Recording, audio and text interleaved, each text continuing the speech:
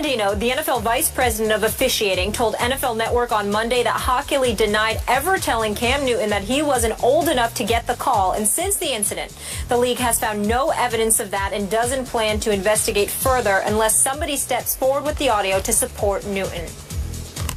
Whatever play is being held, I should never have to question my safety. You know what I'm saying? That's the big thing you have to get from it, you know, where I'm out there and I do not believe in that another person has my best interest. So I can get hit all day, and if the flag is not called, then, you know, shame on whoever. But, you know, I just wanted to just bring that to, you know, everybody's attention. He's basically saying that he didn't say what you said he said, which is implying you might have made that up. Do you stand by what you said? Well, did you expect him to say anything else? Okay, thank you. Thank you. I don't know what to believe anymore. I need your help here. Do you like the way, Stephen A., he's handling this whole situation? I absolutely, positively love it. Okay. It doesn't bother me in the slightest, and here's why. I'm telling you that when I looked at Ed Hockley and I saw what he said, I didn't see what Cam Newton alluded to. I didn't see Ed Hockley, and I'm no expert on lip reading. Yeah. But I didn't see anything that Ed Hockley said about you being too young to make that call. I did see the words that I thought running, which alluded to what Ed Hockley said that he said. Yeah. But again, they were talking for a little bit longer than that one sentence. And the entire time, Ed Hockley wasn't facing into the camera, so that very well could have been something that was said. I don't know. None of us know.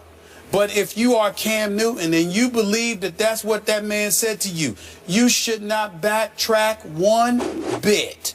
And what I love about Cam Chancellor is not Cam Newton is not just, you know, how he's handled it in terms of what he's saying. I love his demeanor. I love the fact that he's sitting there like, you know what do you expect him to say? Thank you. In other words, I'm not going to Stephen A. I'm not going to. Here you go. I mean, don't give. No, actually, it's not, because I'll be the first to admit I might cuss somebody out. I mean, you know, let me tell you something right now. If I'm standing at a podium and I'm getting interviewed, the reporters better come correct, because if they came at me wrong, I'm gonna come back at them. If I choose to, when I get in the mood. You wouldn't cuss them out. I would on microphone, like in front of them? I wouldn't cuss, like use profanity. This is Mickey. It's a happy place. It would feel like I was cussing them out by the time I got through. My points would be made clear. I would have said something like, did I stutter? Did I not tell you what the hell I said? I hear that nearly every day. Do you think I'm going to change what I said? Well, I said what I said, damn it. Now, I would say that. You would. understand? So he didn't have to do that, and I applaud him for not going to that point, even though sometimes I do think it's necessary. But in the end, Cam Newton is basically saying, I said what I said, I meant what I meant, and now it's up to those officials to do their jobs fairly. It is. Just in case some of them are not. Not to mention, it's up to you as the fourth estate, the media, to make sure that you monitor this appropriately. Rather than worried about whether or not I was accurate in what I said, I'm telling you what I said, and I ain't backtracking. Now, what you gonna do about it? You gonna watch these officials, or are you not? I respect that. So do I.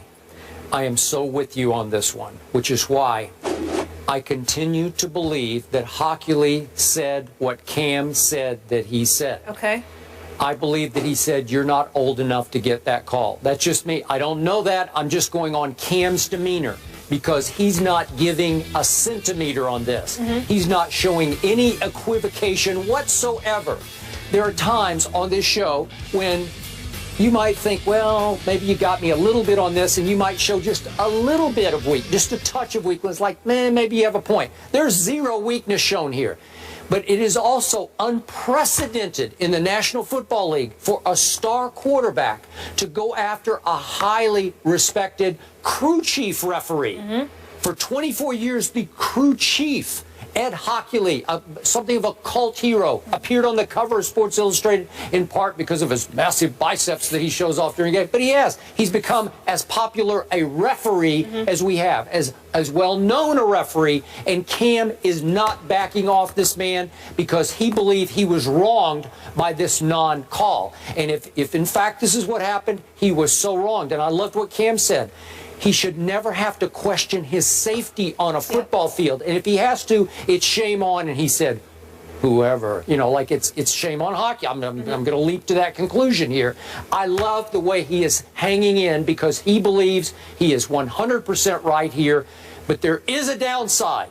The risk here is that the other referees who know or like Ed Hockley are going to say, boy, Cam, you are breaking the rules here. The unwritten rules of football, that what is said on this field stays on this field. So he might not get some other calls in the future. So instead of player-on-player retaliation that we were alluding to when it came to baseball, now we're worried about official retaliation against and the player. Retaliation would come on non-calls. It wouldn't be on calls. It would be on, I'm going to keep my flag in my pocket. But the flip side to that is twofold.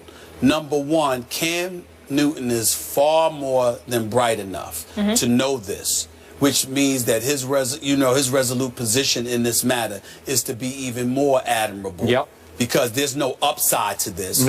But the other side to it is that it's incumbent on all these aficionados out there with the camera, the tape, replays, and all of this other stuff to monitor how Cam Newton is treated. That's true. Moving forward. I like that. Moving forward. All right. You. We asked everybody earlier, is Cam MVP worthy? And 58.1% of you said yes. Wow. High. Yep. Coming up, JB Smoove has spoken and has some interesting comments about our program, First Take. Oh, can't wait for this. Oh, this is good. JB Smoove, in a conversation with For the Win, was asked if he was to join a pregame show with Kevin Hart, which would it be and what roles would they play? This was his answer. First Take is amazing. I think I would let Kevin be Stephen A. Smith, but I think I'm more. I believe I can pull off the Skip Bayless role. I think me and Skip, we hold on to our ideas, hold on to our pride a little longer. I think we stick to our guns a little bit more, and I think I would play a great Skip.